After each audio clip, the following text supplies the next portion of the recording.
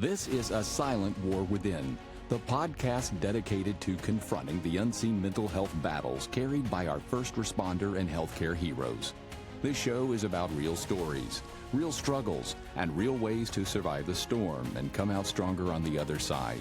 For too long, stigma has kept you silent. But this is your space to bravely break that silence, share vital insights, and build a community where your well-being truly comes first. Because your service deserves unwavering support. Welcome, everybody, to A Silent War Within. As always, we have our guest, Makayla. Makayla, how are you doing today? Kevin, I'm doing lovely. It's a beautiful day in Maine here. It is also a beautiful day in Memphis, Tennessee. So we are super excited. Well, just outside of Memphis. I'm now in Olive Branch, Mississippi. That's our new recording studio. We're going to call it D&W Studios for sure. So today we've got somebody that reached out a little bit ago, probably 5-6 months ago, and offered himself as a guest. And once we pursued that path, we found out that he had a book coming out. I bought the book, read the book, absolutely awesome book. Michael Sugrue, and this guy had such a story to tell in this book. If you have not went out and purchased Relentless Courage, it's probably one of the better books that I've ever read about all the mental health things and some of the things that we deal with. It's a very interesting book, and we'll get into why it's so interesting in a little bit. But I want to jump right into it. So, Michael, tell us about, well, first a little bit about yourself. I want to know about who Michael is, where you come from. What's your story?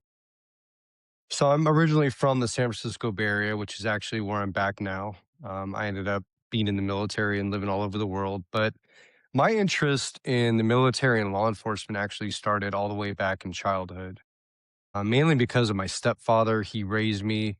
He was my hero. He was in law enforcement. And I knew at a very young age that this was my path. Some things changed. Initially, I was going to go into federal law enforcement. And I knew to do that, I had to have a college degree and I had to have some work experience. So I looked into the different services and I ended up getting a full scholarship through the Air Force, ROTC program, majored in criminal justice. Graduated in 98 from California State University, and I went straight into the Air Force as a second lieutenant in security forces. And that's basically military police, terrorism, force protection, air-based ground defense, nuclear security, you name it, a whole bunch of cool stuff. My original plan was to stay in just 4 years, but a lot of things happened. Mainly when I was in Germany, 9/11 happened. And a few months after that, I found myself in the Middle East. So I ended up staying in 6.5 years, got stationed back in California at Travis Air Force Base, which is close to where I live now. Got out of the Air Force as a captain, and I went straight into civilian law enforcement in the San Francisco Bay Area for the Walnut Creek Police Department in 2004. When I was there, I served over 14 years, bunch of different assignments, from patrol officer, field training officer, detective. I was undercover on a state drug task force, a PIO, and a patrol sergeant. And a lot of things happened during all of that time, which I go into great detail in the book. But really, my story starts with a very traumatic incident that happened as a brand new patrol sergeant. And that incident really just changed everything. It changed my path, my trajectory. It led me down a very dark tunnel to the point where I didn't want to be here anymore. And it got so bad, I was purposely trying to get killed in the line of duty. And so the reason why I'm here today is to shed light on the realities of the impact of being a first responder or a military member and what it does to us, our loved ones, our family members. But really, I'm living proof that no matter how dark it gets, no matter how bad it gets, you can come out the other side. And now I'm living a whole new life that is just freaking phenomenal. So I'm honored to be here.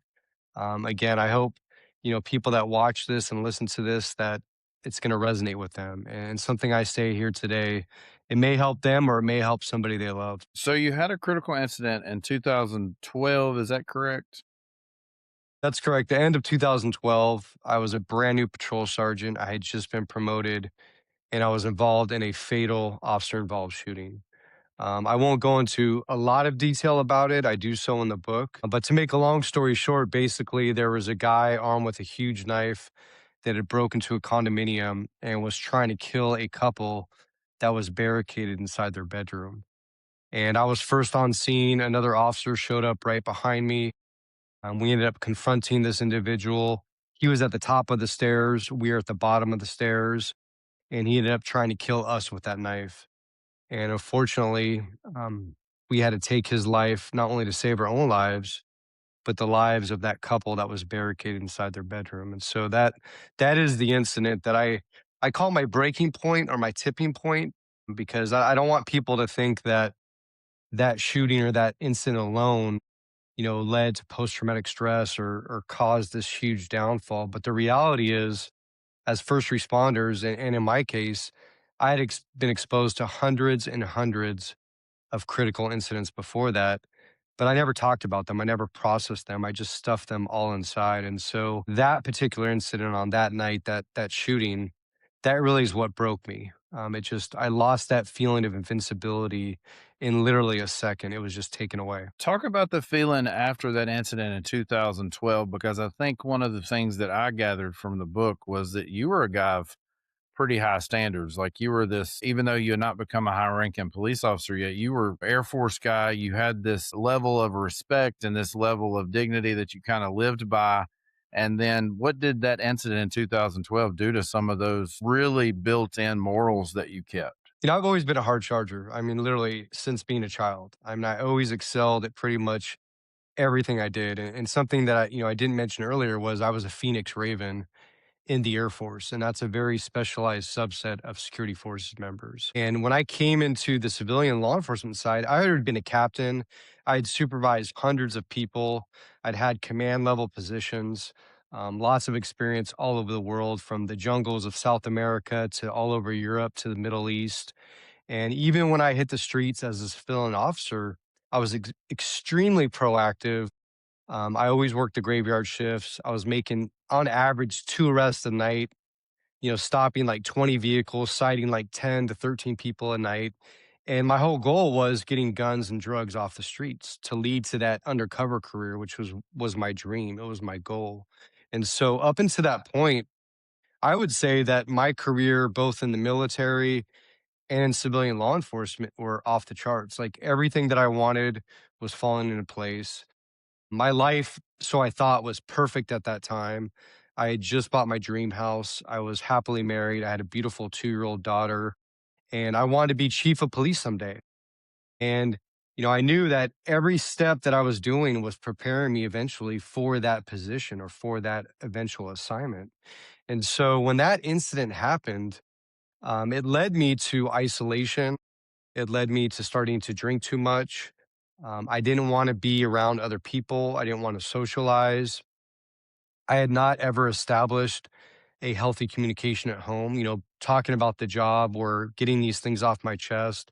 I didn't believe in counselors or therapists, psychiatrists, like none of that stuff. I literally lived by, just suck it up.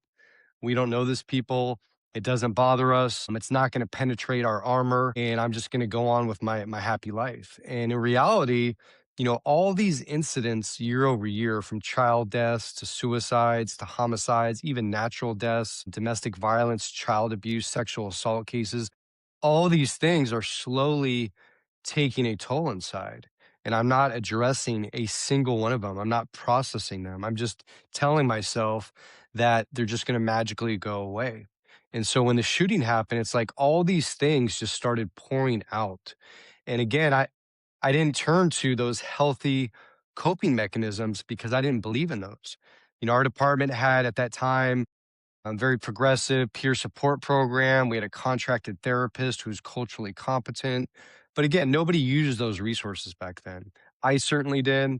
I didn't trust them. I thought that, asking for help or even talking about these things or showing emotion would be weakness, that it'd be looked down upon, that I'd be outcasted. And so, it worked for a while. I would say I did well. I was operational. When I put that badge and uniform on, I got the job done. But when I was at home and behind the scenes, everything in my life was literally falling apart, to the point where, a few months later, my marriage was over. I'm fighting for custody of my daughter. I'm starting to have health issues. I'm drinking way too much. And again, I'm not dealing with these things in a positive or healthy manner. And one thing I didn't mention was, even though the shooting was deemed to be justified, we saved the couple that was upstairs in that condominium. I mean, this guy was literally, the door was coming off the hinges as this guy was stabbing through their bedroom door with this huge Michael Myers sized knife from the movie Halloween. We've all seen that. And, there's no doubt that we saved their lives. But the family sued us immediately, and I had to endure a 4-year federal lawsuit. And so, this incident that I wanted to forget, I had to remember every finite detail because this federal lawsuit was looming over our head.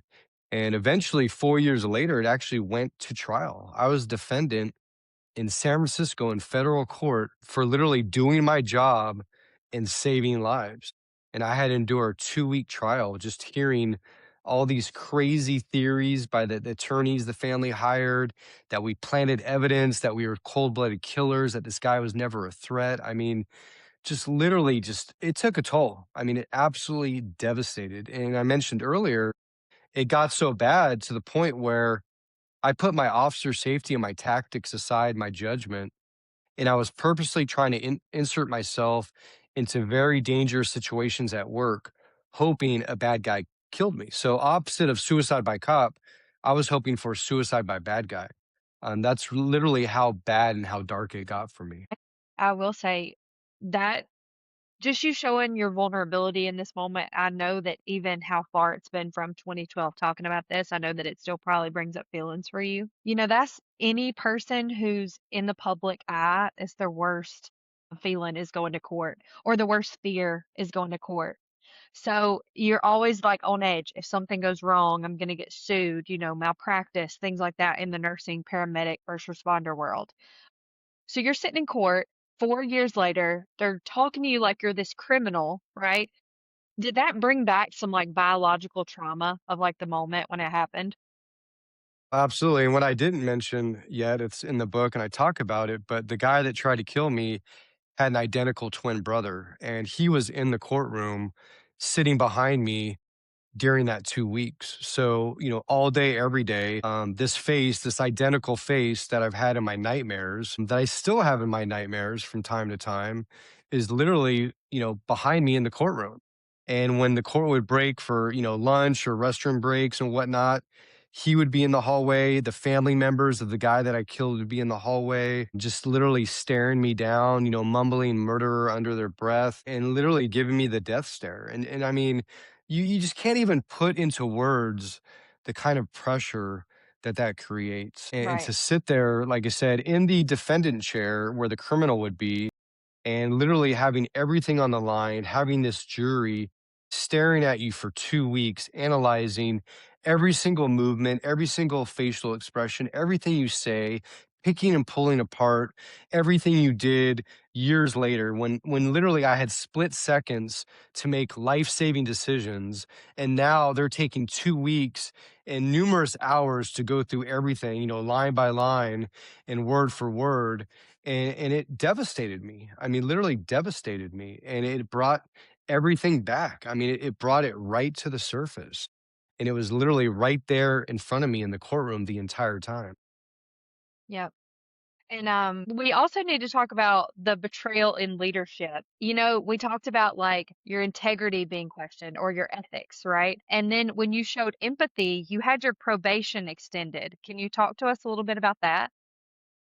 Yeah, so before the federal case, in our county, we had what was called a coroner's inquest. And so the shooting happened the very end of December 2012. And in August 2013, they had a coroner's inquest. And those are held in our county anytime that somebody is killed or they die and law enforcement's present. So, like, as an example, in a jail setting, somebody hangs themselves, or an obvious suicide by cop, or maybe a car chase or a pursuit that ends in a fatality, or in my case, a fatal shooting. So, there's a judge, there's a jury, it's open to the public.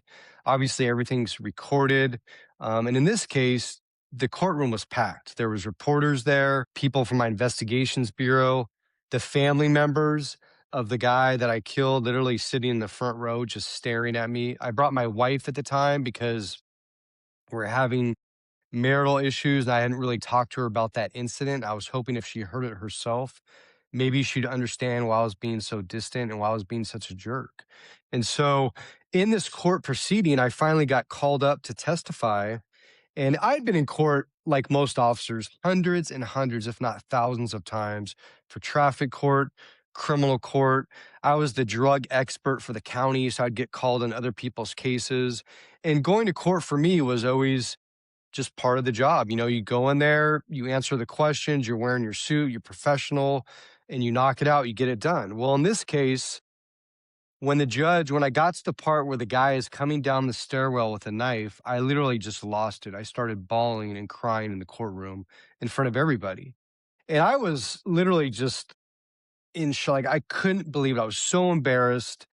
I was so worried what people would think because they saw me crying. And I remember I just wanted to run out of that courtroom. I was hoping everybody would just forget about it.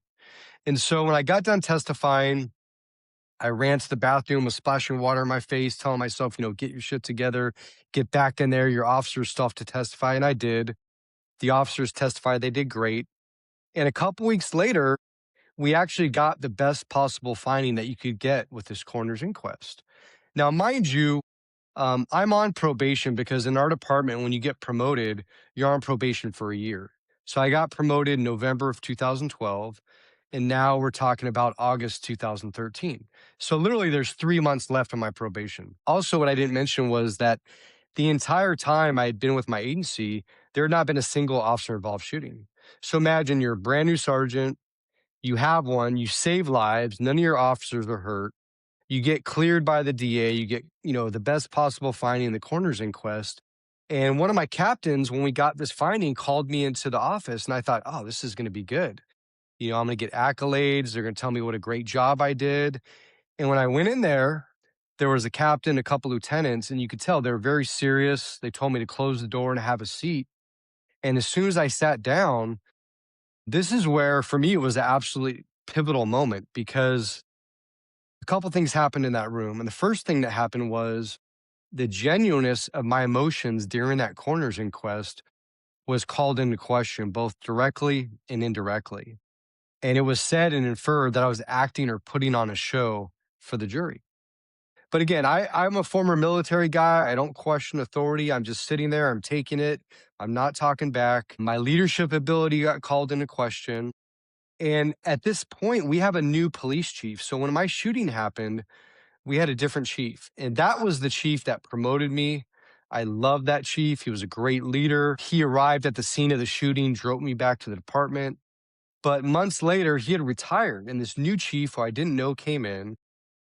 And that's when they decided they were going to extend my probation indefinitely, which put my promotion in jeopardy. And I'd never experienced like that anything my entire life. I mean, not in the military, not in civilian law enforcement. I'd never heard of a supervisor having their probation extended.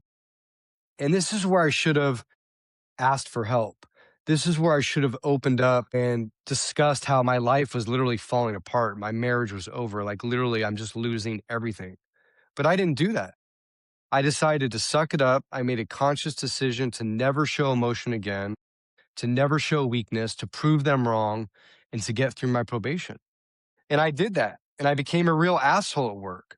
I became unapproachable. People didn't want to come to me and talk to me if they had their own issues.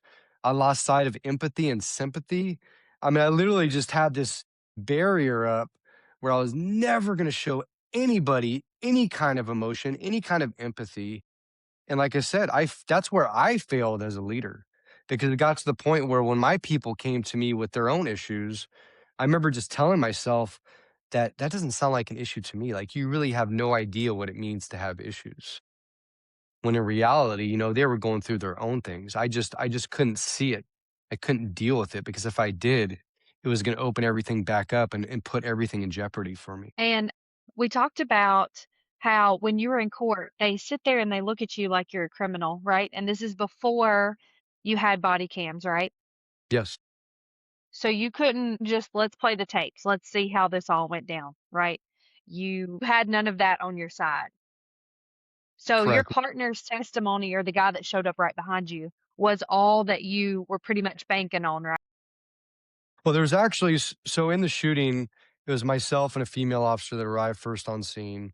And then while the guy was still at the top of the stairs, another male and another female officer arrived inside the condominium. So there was actually four of us involved. There was four officers that fired their weapons, but two of the officers, the two female officers, were not given qualified immunity. Excuse me, I'm sorry. So they were only involved in the first volley of shots.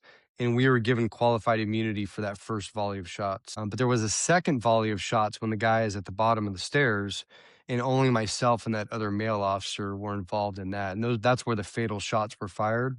And so, because of that, he and I were the only ones that were on federal trial. The two other officers became actual witnesses, not defendants, if that makes sense. I got you. So, how does that feel when you're going through the court and your body so bad wants to move on from this incident, but your mind is having to replay all of this second by second by second incidents during the courtroom? I mean, it's indescribable. And like I said, even the process leading up to the trial, we had depositions almost every year. And that's where we'd be in a tiny conference room. They had like four or five attorneys. They had a huge video camera, a court reporter. And the father of the guy that I killed was sitting directly across the table from me at every single deposition. And they've got this camera just pointed at your face and they're drilling you for 8 hours. And we would have one about once a year because we all were involved and we had to be there for everybody's deposition. So again, I'm just reliving this over and over and over. And the thing was, is during this process, I kind of blamed everything on this trial that was looming over my head. And so I told myself that, you know what, as long as I can get through this trial and when it's finally done, as long as we prevail, like all my problems will magically go away. And in reality, that didn't happen. My problems got much, much worse. In fact, just sitting there for those 2 weeks, it made me start to second guess myself. I mean, just looking back, I had no other choice. I had no other options. But just being in that mindset, being in that courtroom for 2 weeks and hearing these crazy hired guns for the other side, these quote unquote expert witnesses with all these outlandish theories, I started just saying, what if I would have paused here? What if I would have done this here? And we call that magical thinking because none of that's reality. But again, it started to put doubt into my mind, and it just really increased the night terrors and the nightmares, and it increased all those horrific symptoms of anxiety, depression, rage that I was constantly feeling. Yeah, and I think that part of this is the fact that no matter if it's a critical incident the size of yours where it's this long drawn out thing, or whether it's a paramedic that has a bad call, or fill in the blank, whatever first responder line of duty that you're in, when you have a critical incident, it really does affect you in very similar ways biologically. So when you get into that and you start to feel that and you're not accustomed to it, like what you're describing really screams to me like this is somebody that is experiencing this huge critical incident for maybe the first time, and maybe it's not registering with you. But when did you start the, because I think we all do this, I think we all start this I'm fine narrative, and as people ask us, oh man, how are you, we're going to answer with I'm fine. When did I'm fine become not so fine at home? When did it begin to bleed over into your home life? I mean, honestly, immediately. I mean, I would say it was gradual, but it was the day I came home from that shooting. I mean, it started right there. And, it was gradual, but there was already issues at home because, like I said, I didn't establish that healthy communication where I could rely on my spouse at the time and, communicate in a healthy way that about the horrible things I was going through and seeing at work and getting it off my chest. Instead, I would come home pissed off and she'd be walking around eggshells around me, not knowing, thinking that it was her or something she did, not realizing because I saw some kid get run over in a crosswalk and literally die in front of me at work. Those are things I didn't talk about. And again, I'm not advocating for talking about that stuff in graphic details, but what I am telling people is don't make the mistake that I did and wait till the huge critical incident because it might be too late by then. You're going to have all these other critical incidents before then. And so, really, from day one on the job, you should establish this healthy communication and rapport at home, whether it's with a spouse, a loved one, a clergy member, a therapist, I mean, a chaplain, somebody that you trust in your life. But I didn't have that with anybody. I literally just kept everything inside. And so I tried self medicating with alcohol, and that only makes things much, much worse. Also self-medicated by isolation, and that just increases the depression and anxiety, and again, it just creates that divide and that division. So, I don't want people to think that the shooting happened the next day, I'm just a total mess, because it wasn't like that. And it's different for everybody. But I would say that I immediately noticed something different after that shooting. Like I said, for me, that feeling of invincibility, that feeling of being Superman, my entire military career, my entire time undercover on a state drug task force, doing high risk entries multiple times a day, for whatever reason, it was just taken away from me in that instant. And it wasn't just because there's other situations where I could have died, or I could have been shot, or this could have happened. I pulled out my gun hundreds of times before that. But this incident, for whatever reason, like I said, and I look at it like a jar, like my jar was filling up and filling up and filling up. And this incident caused my jar to kind of start to overflow. And that's what I want people to understand, is that these incidents affect everybody differently. And it's not always going to be the most obvious incident that's going to break you or push you over the edge. And a lot of times, too, what you have going on in your own personal life, or even things that happen in childhood, and we haven't gotten to childhood trauma yet, but all those things impact on how different critical incidents affect us. And even in my shooting, everybody was affected differently. But I also know everybody had different roles. Like two people in the shooting didn't hit the guy at all. None of their rounds hit him.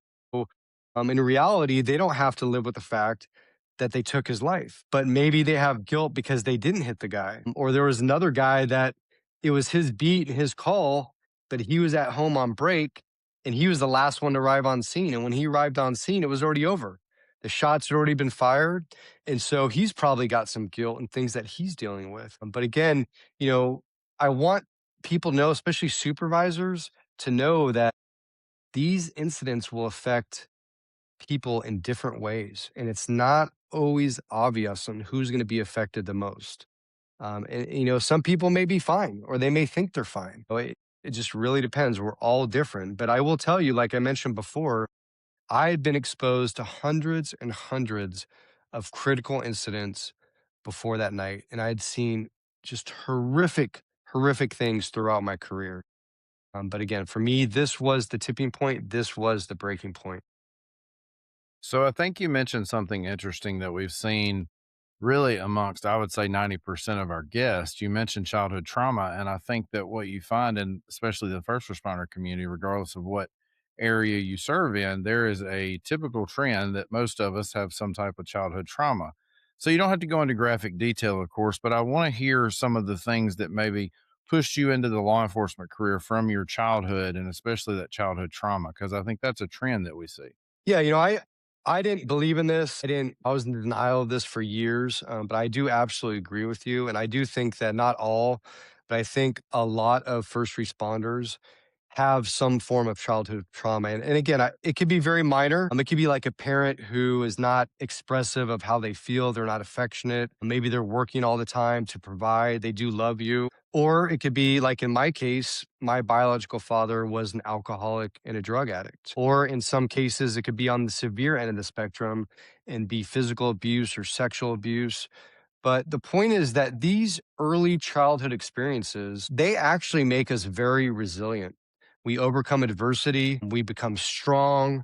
It draws us to this career of being caretakers, of wanting to help other people. And the sad thing is, though, is that we never deal with that childhood trauma. We stuff it away, we overcome it, and we become these big badasses, whether we're paramedics, firefighters, police officers, military members.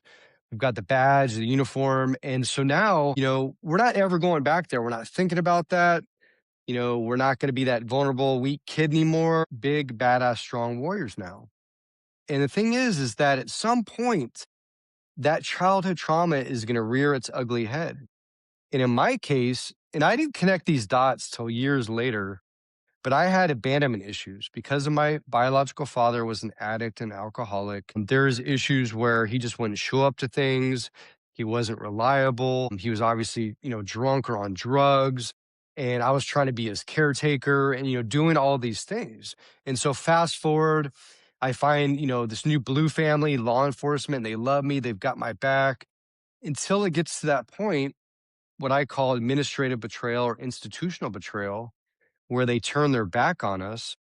Well, in my case, that's what brought back that unresolved abandonment issues, because now I have my new family, my blue family, and they're literally abandoning me when I need them most. And so, in many cases, and in my case, you'll find that people have multiple layers of trauma. They'll have the childhood trauma, and then they'll have the battlefield trauma or the street trauma. And then on top of that, you have your moral injury or your administrative betrayal or your institutional betrayal.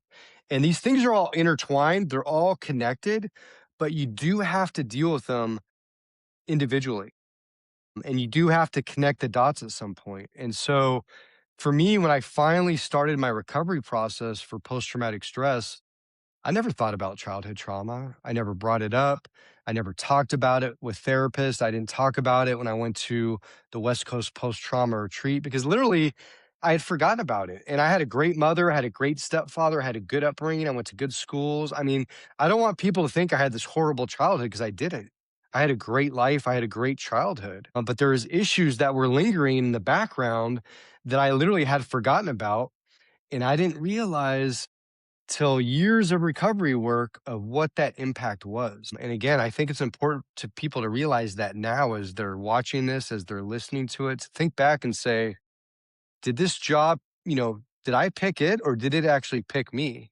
And in most cases, this job picked you. And the most ironic part about all of that, it makes us very, very good at what we do. I would say that most first responders with some form of childhood trauma are phenomenal, phenomenal first responders that put their entire heart and soul into it every single day, putting their lives on the line, trying to help every single person that they can. And the public doesn't see that. They don't realize that we are willing to go out every single day, put our lives on the line for complete strangers because we want to help people. We want to save people. So, in all of this, and you're experiencing all this, when was this wake up call? Because I think there was a point in the book where you had a friend that took his own life, and that was kind of seeing his battle and his struggle was kind of what made you go, "Wait a minute, I'm in kind of the same place." Well, he didn't take his life, but he tried to take his life. So this happened basically about a month and a half after that federal trial ended. So the federal trial ended in September of 2016. We prevailed. And a week after Thanksgiving or so, I was on duty. I was a day shift patrol sergeant getting ready to go home, and a suicide in progress comes out. And I didn't recognize the address at first, but it turned out to be my best friend, John. John was a Vietnam veteran. He was an Army MP, but he was also a 35-year reserve officer with my department. He had retired a few years earlier, but we were partners. He would ride together with me all the time. And he was going through some personal things where he'd lost his relationship of decades. He didn't have kids, but his dogs both died in a short time frame. And, he never talked about PTSI or PTSD or the Vietnam War. And I didn't realize how much he was struggling. But it got so bad that he did try to take his own life. And I remember I got to the trauma center just as the ambulance brought him in, and he had slit both wrists. He had stabbed himself in the torso multiple times, OD'd on multiple prescription medications. And he was like 70 when this happened. And I remember having like 30 seconds with him before they rushed him off to emergency surgery. And I remember just sitting there in the hospital for hours, just thinking of all this guilt that I had of why I didn't see the signs, of why I didn't do something to try and stop that. But I also thought about my daughter, who's now at that time about 6.5 years old. And I started thinking about what if she finds out that I actually killed myself in the line of duty? What is the impact on her going to be? Because I don't know if most people know it or not, but if you kill yourself, your kids are much more likely to kill themselves. That is an undisputed fact. It doesn't mean they will, but I'm telling you right now, if you're in that dark place and you're thinking about ending your life, you need to know the ripple effect and the ramifications. And all I could think about was my daughter and what would happen to her. And so thank God my friend John survived that. And after that, on the anniversary of my shooting, about a month later, I literally just broke down in my car for 2 hours, just literally just bawling about what a mess my life had become. It was on that day that I finally got the strength and courage to pull out my cell phone. I called the on duty watch commander and I asked for help finally after struggling in silence and darkness for over 4 years. I knew that I couldn't do it myself. And at that point, I didn't care what people thought. I didn't care about my career. I cared about my daughter and I cared about living and surviving for her. And that phone call saved my life. Wow. What a story that is. And you It's are so powerful. yeah, that's a powerful thing. And what I really love about the way that you tell this story is that, especially in your book, and I want to talk about that for a minute because I listened to the audiobook and then went back and read the excerpts of the things that I definitely wanted to talk about. And I think that the audiobook was so just perfect and powerful and just held so much weight with it. And I think the reason that it did because you chose to kind of partner up with Dr. Shauna Singer, right? This is, I assume, a friend of yours because she makes it very clear that she wasn't providing treatment for you, but she was able to tell kind of some of the psychological things that you were going through and the biological things that you were going through. And then I think, am I incorrect in saying that that was your voice on that audiobook telling the story? Yeah, so the audiobook, which we did a year after the book first came out, Dr. Shauna Springer and I, we actually, every chapter is split into two parts. So the first part of every chapter is my story told in my voice, going all the way back to childhood until present day. The second half of every chapter, Doc Springer, Dr. Shauna Springer, she's a PhD, a clinical psychologist, Harvard graduate. She's written several books. She comes in and breaks everything down in very easy to understand way so that anybody reading or listening to this is truly going to see the human behind the badge and the uniform. And so when we went into this professional music studio where a lot of famous artists have recorded, we recorded it, but like I relived every single moment. So like when you hear it, I mean, it's literally coming from my straight from my heart and soul as well as Dr. Springer. And so you're hearing it from both our voices. And that's how powerful and impactful it is. And so, I know. And the thing is, I regret not doing the Audible sooner because we waited over a year. But I got so much feedback. A lot of military veterans with traumatic brain injury, or a lot of first responders and military members with post traumatic stress injury, including myself. I just can't sit down and read a book. I just can't. I can't focus like that. I'm hyper vigilant. I can't relax. And so, an Audible, I can retain it, I can hear it, I can see it, I can feel it. And so, like you said, I mean, they're both powerful, but I will tell you that that Audible just wiped me out recording that. I mean, it devastated me. Like I was physically and mentally exhausted for a couple weeks after doing that because I poured everything I could into it because I wanted it to be as perfect, as genuine as it possibly could. Because this book, it's saving lives. I mean, it's literally saving lives all around the world. And there is no other book that I know like this in the world because usually it's like it's one or the other. You either have to pick up like a gut wrenching true life story, or you pick up like a textbook from a doctor and you learn about psychology and post traumatic stress and anxiety and depression. Well, in this case, Doc Springer acts as like my backup officer. And so, after I'm sitting there pouring out my heart and soul and talking about the effects on physically, mentally on my loved ones, she's coming in and she's validating it and she's putting a foundation to it and she's explaining it. And that's why it's so powerful for people to read and listen to this because you will see yourself in these pages. You will hear yourself in the audible in your own story. And you're going to be saying, me too, constantly throughout this book. I guarantee it. And I guarantee this book has the potential to save your relationships, to save your career, but most importantly, to absolutely save your life. I guarantee it. Yeah, absolutely. I would agree with that statement 100%. And one of the things that I found myself saying me too about a lot throughout listening to that was like just the raw emotion in your voice. Like it almost feels like you are walking through this critical incident again in real time.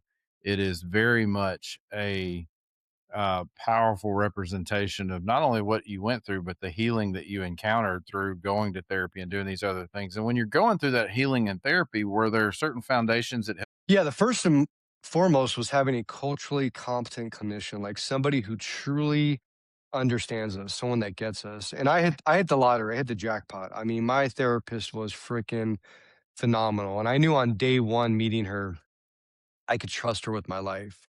And she was absolutely instrumental in my recovery process. But the other part of that was she told me about these peer meetings that were run by volunteers. They weren't associated with any agencies. They're like confidential discussion meetings. And I started going to them. And that's where I started to really connect with my fellow brothers and sisters, paramedics, firefighters, dispatchers, police officers, and realized that I wasn't the only one, that there wasn't something wrong with me, that all the things I was feeling and going through were actually normal considering all the abnormal things I've had to see and deal with. And so really to build that trust and that community and those relationships, to know that these people truly had my back and that they didn't judge me, they didn't look down upon me, that I could share anything and everything, and that they would lift me up and wrap their arms around me and help me. And that's the power of this healing, is knowing that you're not alone. And I think for so many people out there, even people maybe watching this or listening to this now, they're thinking it's only me. Like I'm the only one that feels this way. And that's what I'm telling you. It's not only you. There's thousands and thousands, if not, I mean, tens of thousands of us out there that are going through the same things. And there's countless resources out there that I didn't know about. And we have an entire resource section in the back of our book, vetted resources, confidential, many are free. And again, there's just countless things and people that you can seek out to get help. Because there is not one magic thing that works for everybody. I want people to know that for most people, it is a combination of a lot of things. And you also have to know that not everything's going to work. It may work for other people. You may see it work for other people, but you have to have an open mind and you have to be willing to try new things. You have to be willing to step out of your comfort zone. And you also have to know that there's going to be setbacks. There's going to be good days, but there's also going to be bad days. And this is a marathon, it's not a sprint. And so for me, again, it was a combination of a lot of different things that got me to the point where I'm at in life today. And there's things today that I have to do to maintain it. I don't want people to think that, I did some things, I'm all good, and I just go on with my life. No, there's things that I do daily, some weekly, some monthly, to maintain not just my physical fitness, but my mental fitness and my mental health. So, Michael, what would you say to yourself or someone who's dealing with a situation like you, like this critical incident? If you could go back in time, what would you tell yourself or someone who is dealing with the same thing that keeps saying they're fine? Well, I'll tell you, and I didn't learn this till my recovery, but the longer that you wait to get help or ask for help, the longer it's going to take to get better. And so what I want people to know is that there's no time like than right now. I mean, there's no excuses. I get, you may be worried about your agency, you may be worried about your department, but there's actually a lot of confidential free hotlines and text lines that are staffed by first responders where you don't have to give your last name, you don't have to give your agency, and you can literally, in the privacy of your own home, of your car, you can start this process today without any negative, ramifications on your career, other people knowing about it. But I want you to know that there is things you can do right now today as soon as you stop listening to this interview, and you could literally start this recovery process. And one of my biggest regrets is not doing it sooner, because I know, looking back, if I would have done this sooner, there is no doubt I would still be on the job today. But more importantly, I would be a better supervisor today than I ever was before. This recovery process didn't make me weaker. It made me a freaking warrior. It made me stronger, and it actually made me a better person. It made me more empathetic, more sympathetic. I look at the world totally different now.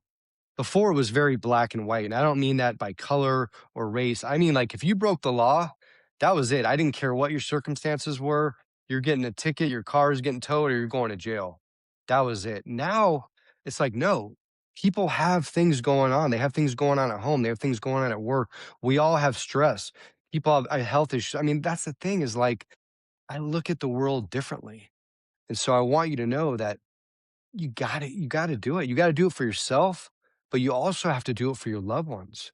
Whether that means a spouse, a significant other, children, that ripple effect. It's going to help you, but it's also going to help them. I love that. Michael, what do you do to fill your own cup at the end of the day? Well, so I do speak actually across the world. I just got back from Italy recently, and I'm actually flying to LA in 2 days. But I speak to active duty military, first responders, therapists, clinicians, veterans.